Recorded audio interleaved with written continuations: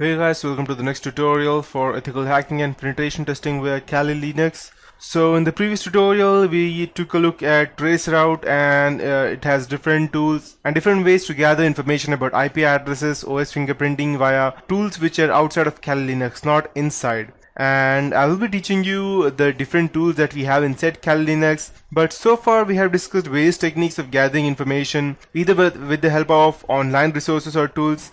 But now I will discuss footprinting through social engineering, that is the art of grabbing information from people by manipulating them. And this section will cover the social engineering concept and techniques used to gather information. So, social engineering is the art of convincing people to reveal confidential information. Social engineers depend on the fact that people are unaware of their valuable information and they are very careless about protecting it. So, although some people say that social engineering is a totally non-technical process, I don't agree with that. What you would need to go ahead and do some social engineering attack would be at least the basic knowledge of whatever information you're trying to gather, may it be the credit card or debit card passwords or the company information or anything. You need to have information about that, and you need a lot of confidence to talk about that so that the person in front of you thinks you're genuine. So, social engineering is an attack in which the attacker tricks the person and obtains confidential information about the target in such a way that target is unaware of the fact that someone is trying to steal the information. The attacker actually plays a very, you can say, a cunning game with the target to obtain confidential information. The attacker takes advantage of the helping nature of people and their weakness to provide confidential information. So, however, there can be different ways of social engineering attack. In the previous days, there was a great hacker. His name was Kevin Mitnick. I'll just go and show you out his profile. He was the best. He's the best hacker of all time, and he was a phisher. Phisher means he mostly used to do phishing attacks by calling people and telling them that I am this guy, and he stole n number of amounts, billions of dollars, but later on he was caught by the FBI and he was incarcerated. But after 5 years, when he came back, he started his own security agency, and now he's a very good security consultant. So you can go ahead and watch his tutorials at DEF CON, and he's quite good. He's if you go and even search the best hacker in the world, the first name would be that would come is of Kevin Mitnick. And he's the best social engineer that this world has ever had. I can say you that because as you can see, I'll just go take you through Wikipedia. So as you can see that in 1999 he was convicted of various computer crimes, and he was the most wanted hacker in the United States. So Zimperium, if you don't know what Zimperium is, the latest hacking tool for an Android operating system, and I myself did not knew that Kevin Mitnick made that. Previously it was named as DSploit, and now it's known as Zimperium. It is a phisher attack. It is an application to go ahead and do phishing attack. I can continue. I want to continue.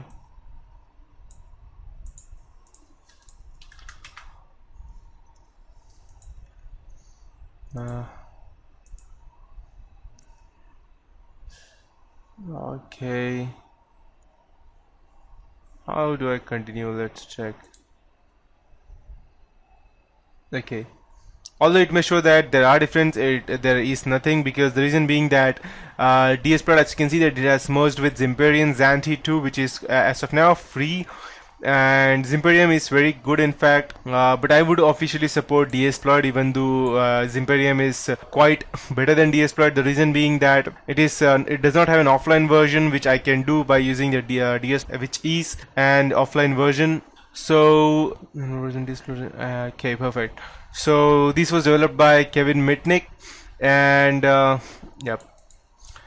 So he was the best hacker of all time. He used to just let's say, for example, he used to just call and tell them, hey, I'm calling you from this company, and due to this reason your card was blocked or your card was hacked, so can you just help me? And he will not even ask you the total let's say your card number. He will just go ahead and ask you the last 4 digits, or just your CVV number, and he will gather the first few digits from somewhere else, or he will call sometime later on, or some weeks later on, or even some months later on, and he will ask you only the first 12 digits, and he used to gather information separately.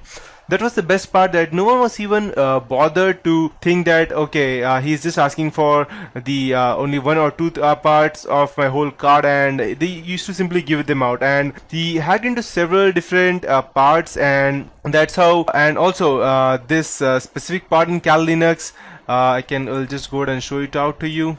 It was developed by Kevin Mitnick and someone else. I believe his name is David. So I'll just go ahead and tell you. He developed this social engineering toolkit, and yes, perfect.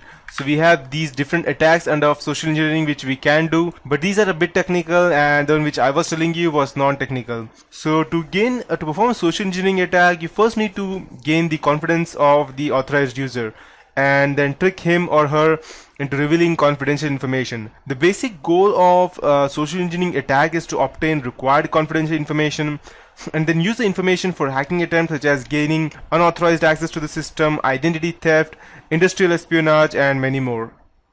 So social engineering can be performed in many ways such as eavesdropping, shoulder surfing, dumpster driving, impersonation on social engineering attacks, and so on. So collecting information using eavesdropping, shoulder surfing, and dumpster driving is quite different, which normally you won't do, but that is also quite very risky. That's why people normally use these days machine shredder to go ahead and shred all of the documents before they actually go ahead and put it in the garbage. Eavesdropping is just going ahead and listening to some people's conversation. It can be either by going near to them or by using any other techniques such as through phones or hacking into their phones or webcams and camera. And the best part of is that you can do all of these things with the use of Kali Linux. You don't need to call them, you don't need to do anything, and you can go ahead and hack into their webcam, or you can go ahead and create fake websites like phishing attacks only by going ahead and using the Kali Linux. After that, we have dumpster driving. Dumpster driving is also known as trashing, where the attacker looks for the information in the target company's dumpster.